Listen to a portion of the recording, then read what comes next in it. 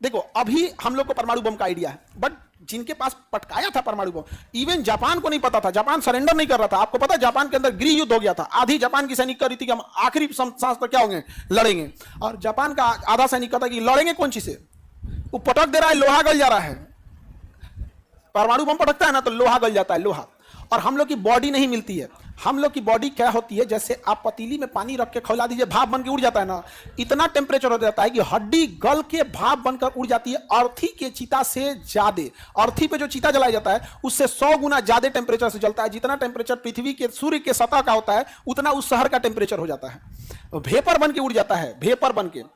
जैसे रोटी कभी कभी जल के काला हो जाता है ना, तो बिल्डिंग की दीवारें जल के काली हो जाती हैं। तो जापान के आधा सैनिकों का कहना तो लड़ेंगे कौन चीज से, समझे। जापान के जो सेनापति, कई सेनापति होते हैं ना, ईस्ट रीजन वेस्ट रीजन ऐसे करके, तो उसके 2 प्रमुख सेनापति ने तलवार निकाल के राजा के सामने अपने आप को चाकू मार लिया था कि हम मर जाना कबूल करते हैं, सरेंडर कर नहीं करेंगे कबूल।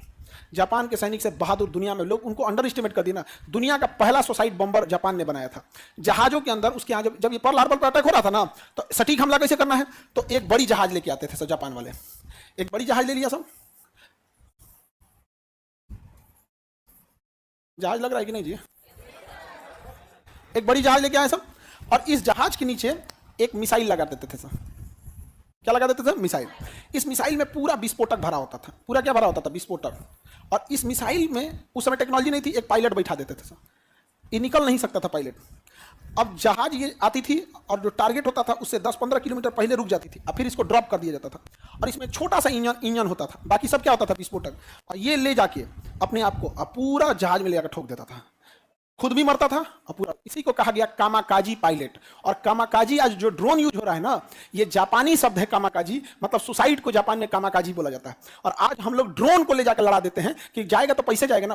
देश था जापान जिसके पायलट, और आराम से पूरी सेरेमनी होती थी उसके लिए। जो कामाकाजी सेलेक्ट होता था ना, उसकी पूरी सेरेमनी की जाती थी। जैसे कैसे यहाँ राज्याभिषेक होता है, वैसा पूरे शहर में उनको घुमाया जाता था यहाँ पर, और उनके लिए तालियां बजते थे कि देश के लिए कामाकाजी बन गए, मतलब सुसाइड करने जाएंगे यहाँ पर। अब उनको राष्ट्रीय जैसे हमारा तिरंगा है ना, उनका ध्वज यहाँ बांधा जाता था, और तब उनको बैठाया जाता था यहाँ पर। समझा गया, ये बहादुर थे जापान के सैनिक। आज भी जापान के लोग बहुत आगे हैं। जापान से ज्यादा ईमानदार शहर नहीं मिलेगा। बूढ़ा इंसान पेंशन नहीं लेता है वहां पर, कहता है कि हम अभी हैं, हम कम करके खा सकते हैं।